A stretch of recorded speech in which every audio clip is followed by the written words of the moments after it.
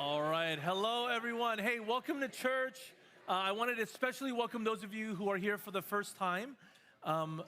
In case you haven't seen it, we actually have a little welcome packet for you. Okay, it's just got some little stuff in there. And one thing that's important in there is a boba voucher, okay, or coffee or boba voucher. So if you want to redeem that, you can actually hand that in to any of the seniors or post-grad mentors in the room. And you can say, hi, I am a new student here. Can you buy me a boba or a coffee? Okay, so and that's just a way to kind of build connection, right? So if you haven't gotten that, please make your way over to the table later. So what week is it now? Week 4? Week 5. Week 5. All right, that's good. It's good. And you guys are still here. You guys are still here at church. This is good. This is good. And I guess I'm hoping that you won't be part of this statistic. Okay? Do you guys know what statistic I'm talking about? So go ahead and look to the person on your left. Look to the person on your right. Okay? Is that uncomfortable? Okay, yeah. Look to the person on your left, look to the person on your right. All right? The statistic is that in 1 year, only one of you will still be going to church. That's statistic.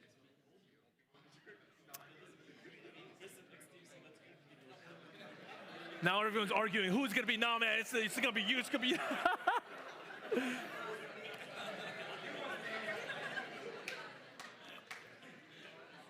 So this is a statistic that has been around for a long time, but about 70% of people who go to church regularly in high school stop going to church in college.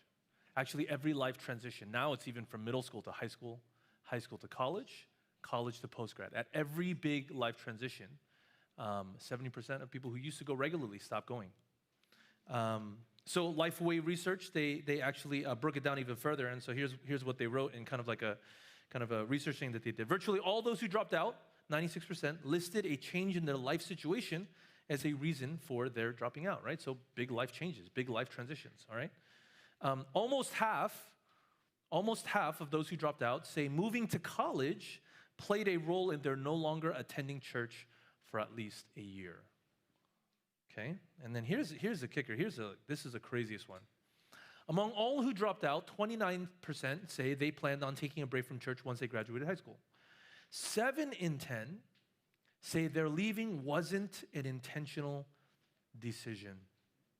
So like the 29% here, right? Like that makes sense to me. Like they are kind of already, like they were on their way out. They're like, oh yeah, you know what? When I'm intending not to go when I get to college. The crazy part for me is the 7 in 10. Like they didn't intend to stop going, and yet that's sort of how it happened, right? How do you prevent that from happening to you? And it's a principle I call be a thermostat and not a thermometer. Okay? Do you know the difference between these two things? Oh, have you guys ever used a thermostat? Are they all just the smart ones now with the buttons? Or? Okay. Oh, have you guys ever seen a thermometer? Wow, now I'm like, that just seems like an archaic device now, right? It's sort of like one of those dial-up telephones. Like, you guys ever see those? Why the phone icon is that shape? You guys have no idea, right? Yeah. So the thing on the left, okay, that's called a thermostat. The thing on the right is a thermometer. So what's the difference? What's the difference between these two things, right? Like a thermometer, okay, it changes based on the surrounding, right? If it gets hotter, the mercury goes up. If it gets colder, it goes down, right?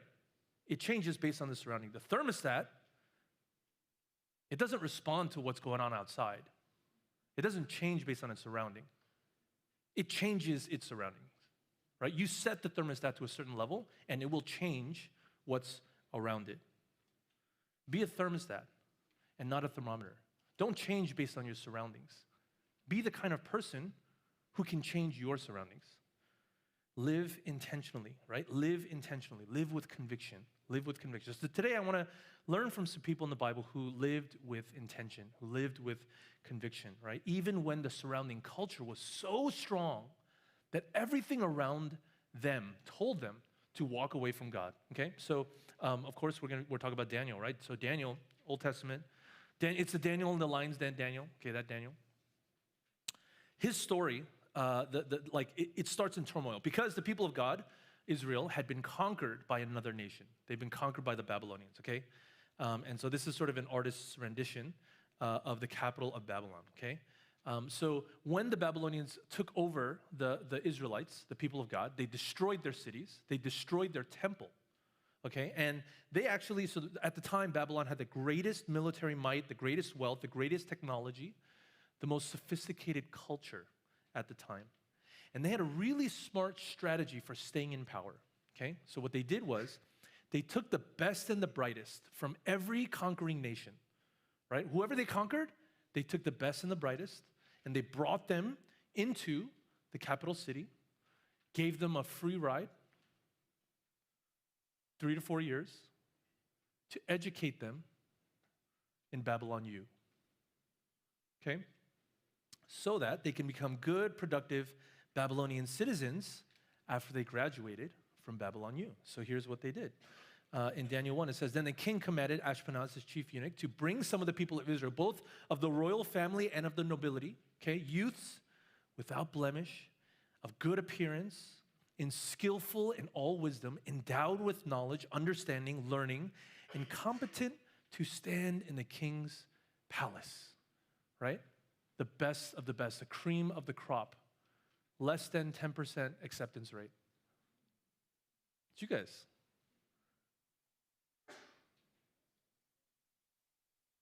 What were they supposed to do there? To teach them the language and literature of the Chaldeans, okay? To teach them a new language, a new literature, to acculturate them in Babylonian ways. And the king assigned them a daily portion of the food that the king ate, okay? They had a kingly buffet every day, right?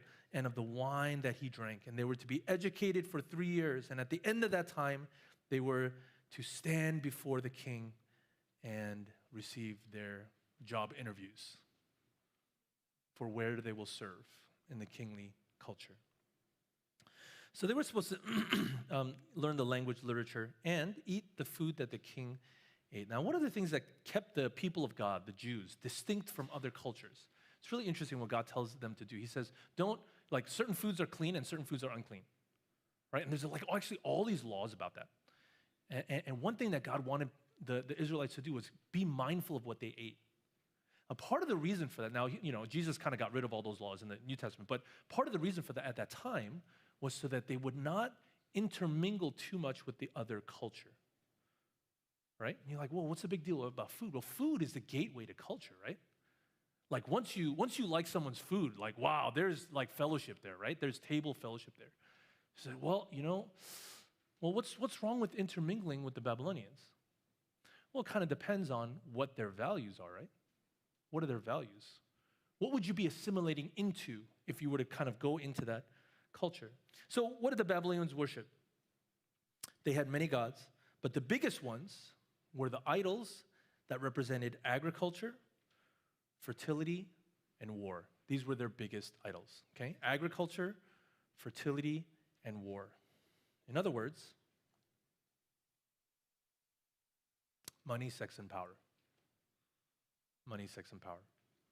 Not much has changed in thousands of years. Because what does our culture worship? It's money, sex, and power. But God says, you shall have no other gods before me. Like money is good, but it's not God. Sex is beautiful, but I want that done in the context of marriage. Power is to be used so that you can become a servant of others, not so that you can use it for yourself, right? These values are totally different. So here's the first point. You're going to face great pressure to kneel in the culture. What cultural values are you going to take? Are you going to be a thermostat or a thermometer? Are your values going to change based on who you're around? You just get a feel for this once you step on campus, right? Once you step on campus, you just get a feel for it. I like to prayer walk. I like to prayer walk on campuses, just walking around, and I pray for people that I see, pray for people that I meet. And like, man, I actually really like the USC campus. USC students in general, I think, are actually really, they're very, very like personable. Like, I really enjoy talking to USC students on the whole. And you can tell there's sort of like a light in their eyes. They're like going somewhere, right? They know where they're going. There's also kind of a, well, like what are their values, right? What is it that they're going after?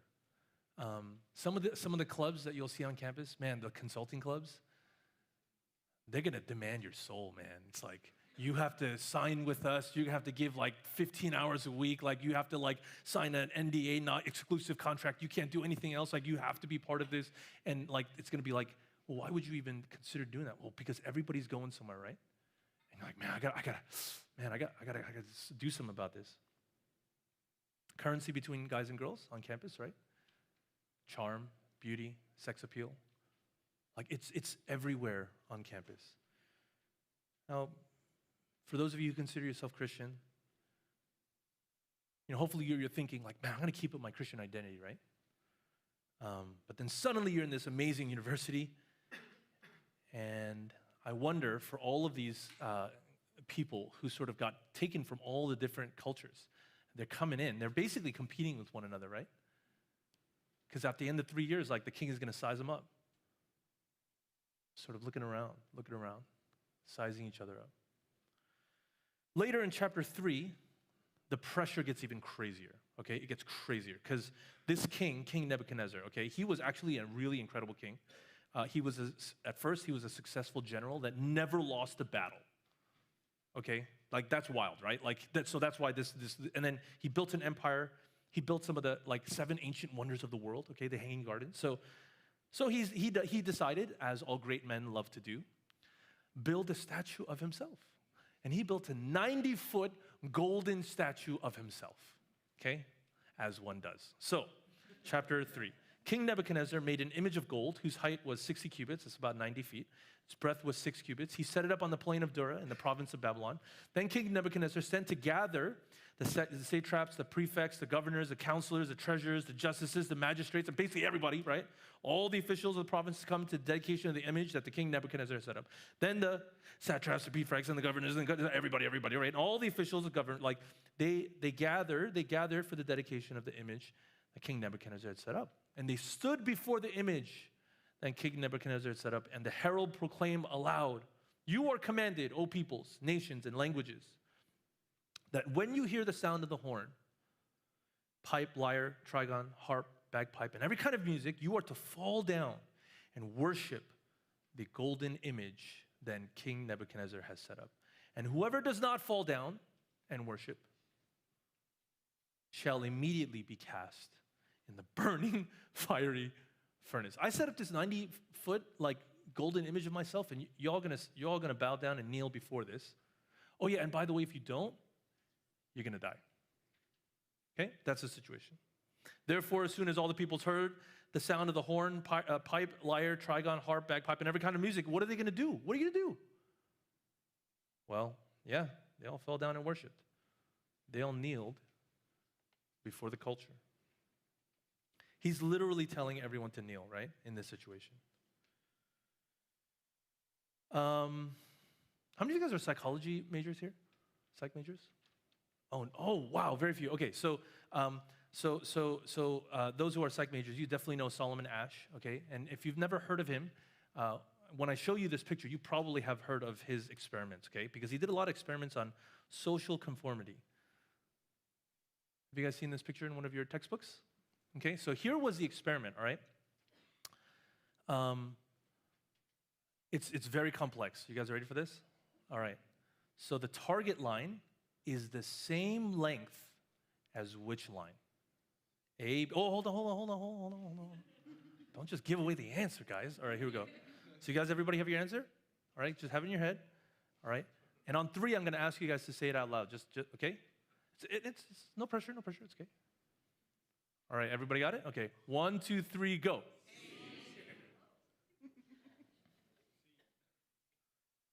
So it's obviously C, right? Yeah. So it turns out that in this experiment, when the subject chooses on their own, okay, with no other, like nothing else, it's just you by yourself looking at this piece of paper, the error rate is less than 1%. They get it right 99 point whatever percent of the time, okay? Easy, easy, okay. But the experiment wasn't about that. The experiment was about social pressure. So now he starts to add social pressure. And then what they did was they had like 7 guys in a room, okay? And everybody's in on the experiment except for like the 5th guy. Okay, he doesn't know that everybody else is in on it. So they all look at this thing, and in his mind, like it's funny, actually if you watch the videos, it's like really funny if you look at the guy's face, because he's kind of like, yeah, he like, you know, whatever. And then the first guy's like, hey. And then you see the guy's face go, and then the second guy goes, yeah, A. By the time the third guy says A, the test subject, he's really confused. He's like, oh, what? By the time he gets to him, 33% of the time, the subject conforms to the majority. Just because a few other people had said A, 33% of the time, the subject now says, A. If you do this trial multiple times, the percentage goes to 75%. For something that you obviously know is not true, less than 1% error rate if you're by yourself, when you add social conformity to the mix, suddenly you go with the majority 75% of the time. That's wild. That's how strong social conformity is. Everybody else is bowing down to this giant golden image. What are you going to do? What are you going to do?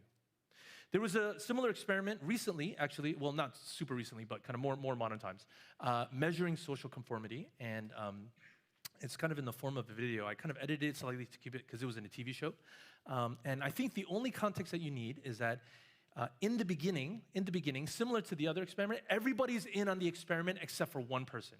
Okay, so in this experiment, everybody's in on it except for one person, similar to the other experiment. So let's go ahead and watch this video. Like if that weren't so scary, it would be funny, right? It's like that's how powerful social conformity is. Like, and she passed on the rules without even knowing why. I look at college, and it's exactly like that. What is college life supposed to be? What are you supposed to, like when the people say, oh, you have to experience college life, what does that even mean? Those are things that were set by people a long time ago for reasons that nobody understands. And this is how you're supposed to experience college life. How are you supposed to experience, parties? I guess I'm supposed to do it like this. How are you supposed to experience relationships? I guess I'm supposed to do it like this. How are you supposed to approach like academics and career and clubs and here I am. I guess I'm supposed to do it like everyone else says I'm supposed to do it. There's pressure to kneel to the culture. So again, are you going to be a thermostat or a thermometer? Are the surroundings going to change you, or are you going to change your surroundings? So how did Daniel and his friends deal with this pressure? How did they deal with this pressure? In chapter 1, it says this: Daniel resolved that he would not defile himself with the king's food or with the wine that he drank. Therefore, he asked the chief of the eunuchs to allow him to not defile himself. He's like, you know what? I'm going to listen to God's laws, and I'm not going to eat that food. And he almost got in big trouble for that. Daniel 3, you all remember Daniel 3, right? The consequences for not following what the culture tells you to do, to be thrown into the fire, right? Well, here's what they say. Shadrach, Meshach, and Abednego, they answered and said to the king, O Nebuchadnezzar, we have no need to answer you in this matter. If this be so, our God whom we serve, is able to deliver us from the burning fiery furnace. He will deliver us out of your hand, O king. But if not, be it known to you, O king, that we will not serve your gods or worship the golden image that you have set up. So here, all of the officials are arrayed on this field, and it's like, okay, now the bagpipes play. Everybody bow down. 3 dudes do not say no. We're not going to do this. God is here with us. And you know what? Even if he doesn't do it in the way that I expect, I'm still not going to bow down. They had that resolve, right? How were they able to do that? How were they able to stand? How are they able to stand when others kneel, right? When others kneel before the values of the culture. Well, 3 things, right? 3 things. In order to build their conviction, here's what they did. They kneeled when others stood.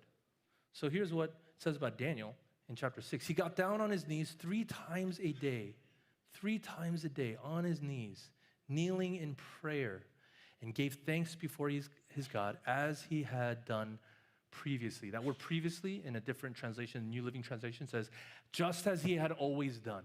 This was his pattern. His pattern of life was to kneel before God in prayer. In Daniel chapter 9, it says, in the first year of his reign, I, Daniel, perceived in the books the number of years that according to the word of the Lord to Jeremiah. He's reading his Bible.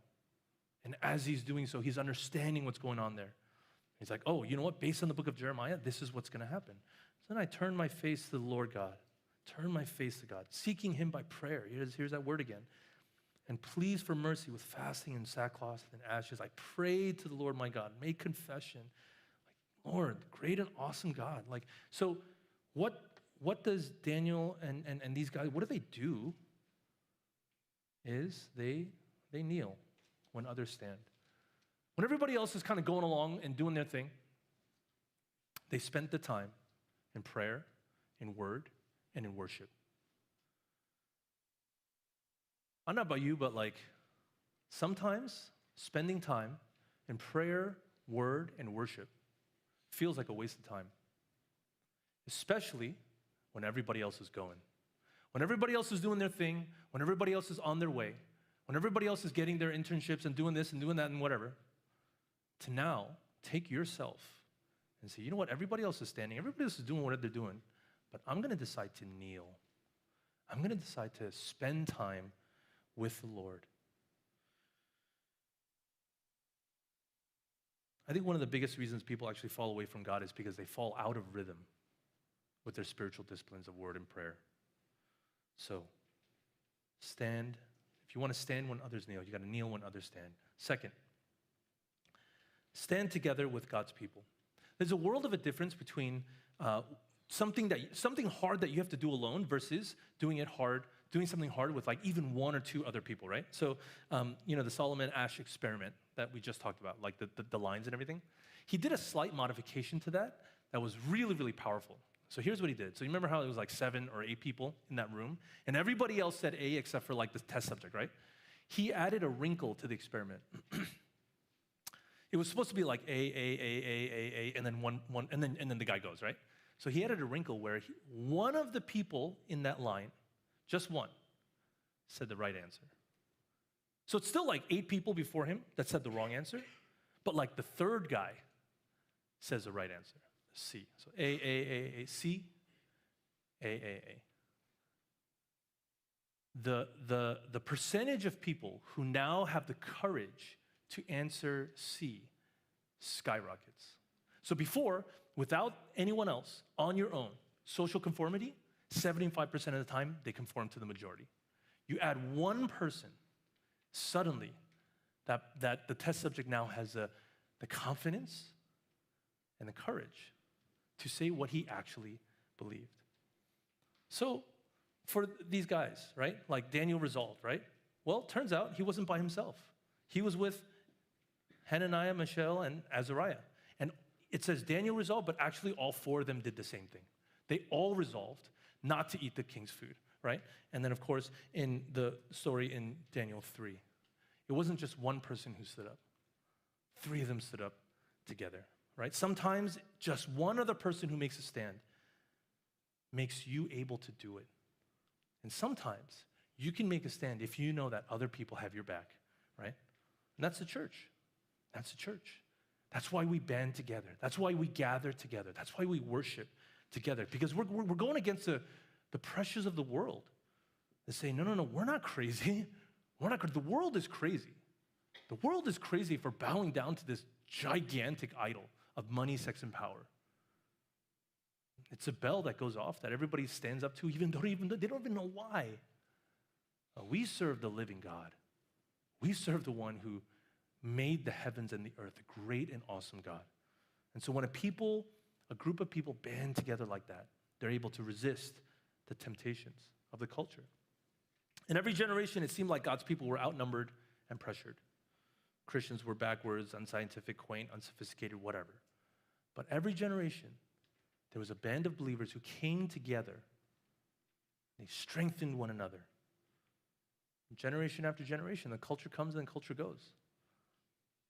Babylon was the power at the time. It's gone now. Rome was the power at the time. Rome is gone now. Right now, the current culture seems powerful. It'll be gone soon. But one thing lasts forever. God and His Word lasts forever. It has lasted through the generations. Do you have a true partner in the faith? Do you have others who you can stand up together with? So, I want you to look to your left again and look to your right again. And maybe if you guys stand together, you don't have to be part of that statistic. Last point, stand together with God's people. We need to stand together with God, right? King Nebuchadnezzar, he says, I didn't add this verse, but he says, did we not cast 3 men bound into the fire? So this is like a really amazing verse, right? It says, and they answered to the king, like, true, O king. And he answered, but I see 4 men unbound, walking in the midst of the fire, and they are not hurt. And the appearance of the 4th is like a son of the gods, right? So this is like, so King Nebuchadnezzar, he goes through with his threat. He says, all right, you 3 want to go in? Fine. And he throws them in the fire. It's so hot that the people who threw them in the fire died too. Like, that's how hot it was. But they're unharmed. And in fact, it wasn't just 3 in the fire, there was suddenly a 4th man in the fire. Who was that? God was with them. God was with them. Whenever you fight against the culture, who's with you? God's with you. Whenever you stand up to the culture, whenever you stand when others kneel, whenever you take risks for God, whenever you invest in your spiritual life and spend the time to pray, to read your Bible, to worship with other Christians, when you forge relationships with other Christians and become true partners in the faith, when we say to the world, no, we're not crazy, you're crazy. When you're in the fire and you experience the consequences for following God, you will also experience God's presence with you. When do you experience God's presence? It's when you're in the fire. It's when you're in the fire. And when you stand up for your convictions, people notice. This king, what does he eventually say? When he sees the conviction of these 3 men, he says this, blessed be the God of Shadrach, Meshach, and Abednego, who had sent his angel and delivered his servants, who trusted in him and set aside the king's command and yielded up their bodies rather than serve and worship any god except their own God. When you live with conviction and you spend time in the fire, you will win the respect of those around you. And here's the thing, when you don't have anything to live for, when you don't have an organizing principle for your life, when you don't have a God who will stand with you and others who will stand with you, when your life does not go well, when your friends' lives do not go well, what do they have to fall back on? Nothing. Nothing. Who are they going to turn to? They're going to turn to people who have conviction. They're going to turn to people who have something that they lived by. There are people who made fun of me for my faith growing up. I had family members who were like, why are you spending time at church, whatever. You know, when their lives got tough, when they were going through divorces, when they're going through stuff with their kids, who do you think they turn to? They turn to the people with conviction. And when you live through the fire, you're going to win the respect of those around you as you live with conviction. So I want to close just with some prayer. Let's pray. Sort of want you to think about what are the idols that you face in your life? Campus culture is strong. The world's pull is strong. And the desire to socially conform is strong within us too. What are the values of the world that is pulling you? I just want you to think about that. I want you to pray about that. And maybe what point from the message that you want to apply to your life. Maybe you need to kneel when others stand, and you need to actually spend time praying in your word with other Christians. Maybe you need to stand together with others. Maybe you sort of live Christian life on your own, but you're not really that connected with others. You know, it's just a Sunday thing. It's not like for the rest of the week where you need each other. And then, if you really want to experience standing together with God, you got to be in the fire. That's when you'll experience God's presence the most. And so some of you are in the fire right now. Like you're feeling it. You're feeling it. Well, maybe you can pray a prayer of gratitude. God, would you stand with me in this situation? And maybe others will be able to see the conviction that I have and worship the God that I worship. So let's pray.